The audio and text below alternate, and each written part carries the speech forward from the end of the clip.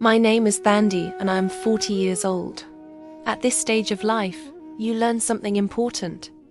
Not every battle deserves your voice, and not every wound deserves to be reopened. You learn to speak carefully because behind every word is a journey you survived. Today, I am not speaking as a wounded girl. I am speaking as a woman who has walked through pain, tasted rejection, and still built a life filled with meaning. This is my story, and it is proof that your beginning does not decide your ending. I was born and raised in Mangochi district, Malawi. Like many young girls, my dreams were simple. I dreamed of love. I dreamed of family. I dreamed of belonging somewhere. But life tested me far earlier than I expected. At 19 years old, I became pregnant. The boy responsible was named Patrick. When I told him, he denied everything. His parents chased me away.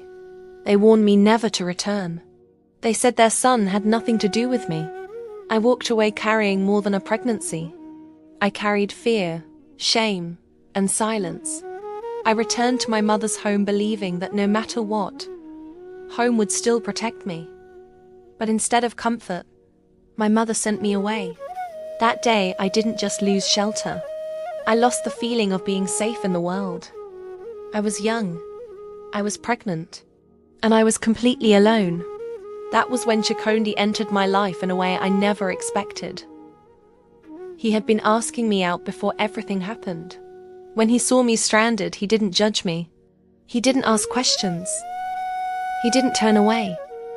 Instead, he did something brave. He took me to his parents' home and told them that he was responsible for my pregnancy and that my family had chased me away. His parents were shocked, but they allowed me to stay. They said, "Since she is pregnant, we will wait until after the baby is born to decide." For the first time in months, I slept without fear. For the first time, I felt safe again. 9 months later, I gave birth to a beautiful baby girl. I named her Tadala, because even in pain, she was a blessing. When Tadala was 6 months old, Chikondi came with his parents. They paid my bride price, and they married me legally. Before the wedding, something unexpected happened. My mother came to see me. She stood quietly, her eyes heavy with regret. Then she spoke words I had waited years to hear. "My daughter, I failed you. I was afraid and I made the wrong choice." She apologized. She told me that sending me away was the greatest regret of her life. That night, something healed inside me. Not perfectly, but honestly. My mother attended my court wedding. She sat there and watched as I became a wife. Her presence did not erase the past, but it allowed forgiveness to begin. That moment gave me something I thought I had lost forever: dignity. It gave me a second chance at life. After marriage, we moved to Blantyre. Life was not easy, but it was honest. Chikondi worked hard, and he encouraged me to return to school. He told me, "Your future still matters." God blessed our marriage with 4 more children, all boys. Our home filled with laughter, responsibility, and healing. The girl who was once rejected became a woman raising a family built on love and resilience. Now, I am 40 years old.